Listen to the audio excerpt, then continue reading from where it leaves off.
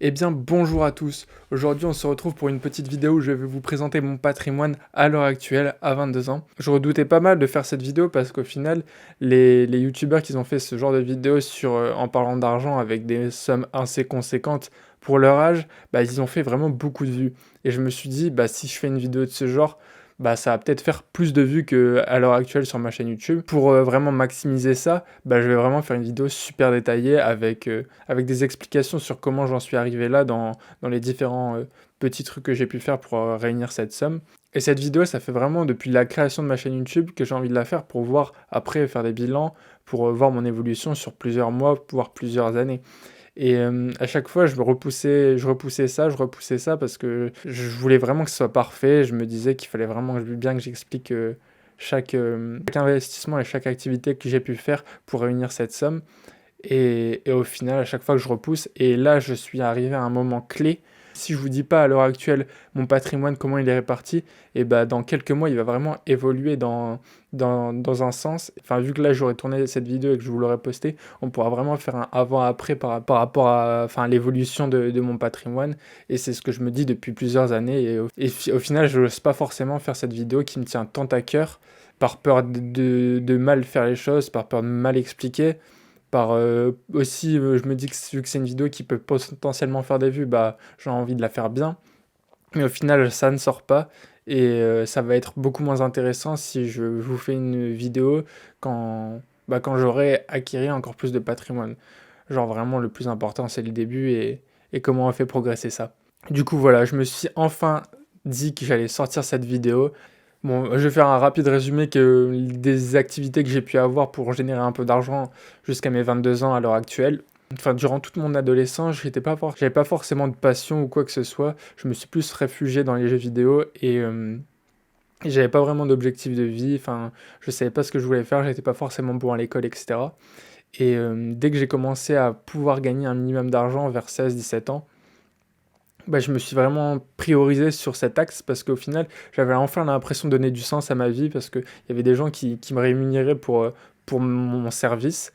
Et c'est vraiment parti de là que je me suis dit que c'était cool de faire de l'argent. C'était que j'avais enfin une place importante, enfin une place plus ou moins importante, mais dans tous les cas, j'ai aidé quelqu'un qui me rémunérait en fonction de ça avec de l'argent. Et c'est là où j'ai vraiment commencé à vouloir acquérir le maximum d'argent parce que pour moi, plus j'avais d'argent acquéri, bah, plus j'avais aidé au sein de la société. Et c'est vraiment parti de là.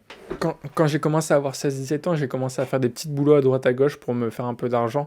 Et c'est pas forcément l'argent que je dépensais en fait depuis le début, vraiment.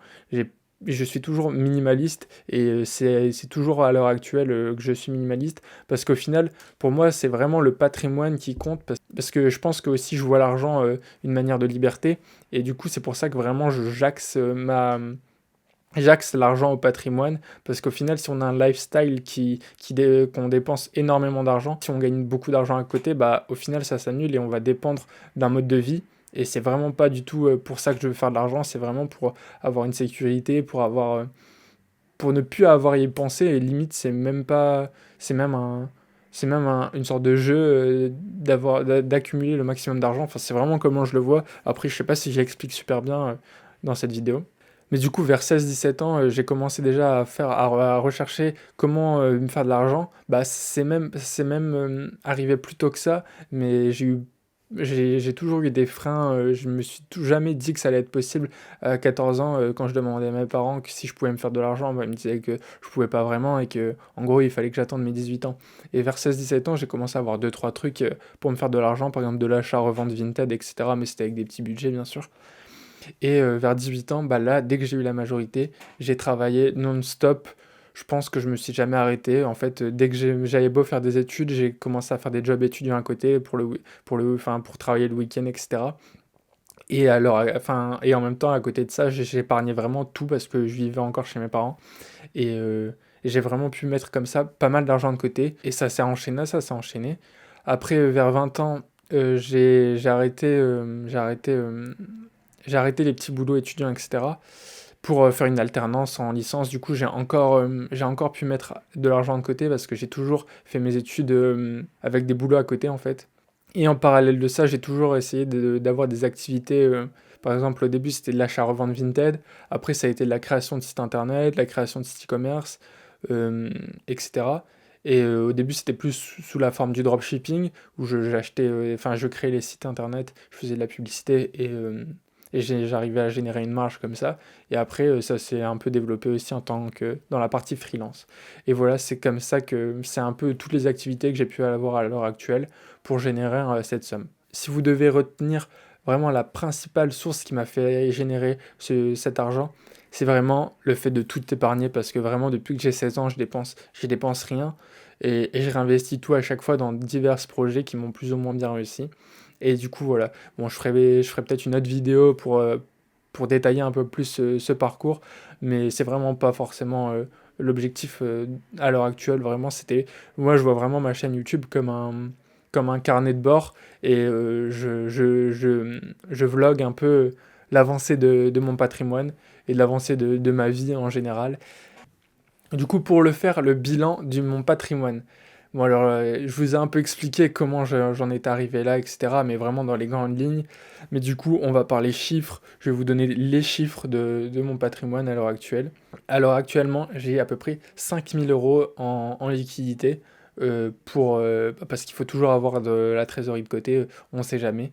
Et j'ai à peu près 5000 euros, par exemple, sur des comptes chèques. J'ai à peu près 5000 euros sur des comptes chèques.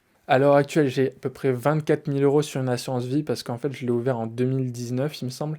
Dès que j'ai pu en fait m'apercevoir que une assurance vie, en fait, c'était pas vraiment une assurance vie. En fait, enfin, quand on dit assurance vie, on a vraiment l'impression c'est quand on décède, mais en fait, on peut vraiment avoir des ETF derrière qui peuvent nous générer un rendement. Et ça, je l'ai ouvert en 2019 et à l'heure actuelle, j'ai 24 000 euros dessus.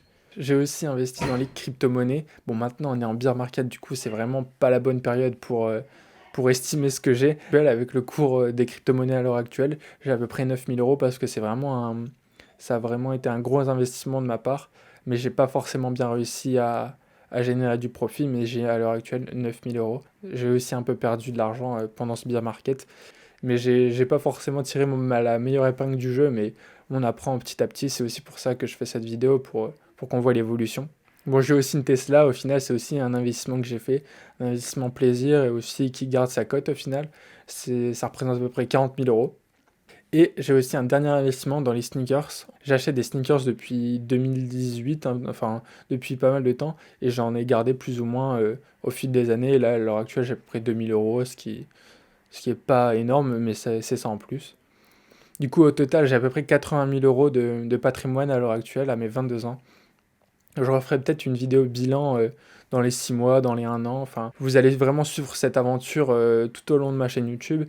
Et je vais vraiment essayer de faire progresser ça pour essayer d'augmenter mon patrimoine. Parce que c'est vraiment pour moi, le patrimoine, c'est vraiment la donnée la plus fiable. Parce qu'au final, si on gagne beaucoup d'argent, mais au final, on dépense beaucoup d'argent par mois, bah, le patrimoine, il ne sera pas forcément plus élevé que quelqu'un qui gagne un peu moins d'argent mais qui dépense rien au final. Et c'est vraiment dans ça que j'ai vraiment envie de progresser, c'est vraiment l'avancée de mon patrimoine, et pas forcément de générer des gros revenus. Et aussi, on peut aussi jouer aussi pas mal avec les investissements quand on parle de patrimoine, alors que pas forcément quand on parle de la génération de revenus purs, quoi. Et je fais vraiment cette vidéo au dernier moment, on va dire, parce que mon patrimoine, il va vraiment beaucoup changer dans les prochains mois, parce que j'ai l'intention de revendre ma Tesla et peut-être d'acquérir un bien immobilier. Du coup, vous allez vraiment suivre ça de A à Z. Bon, du coup, je vous invite à vous abonner à ma chaîne YouTube si c'est le genre de vidéo qui vous plaît, si ça vous peut vous donner des idées pour développer aussi votre propre patrimoine ou pour éviter les erreurs que je vais faire par la suite.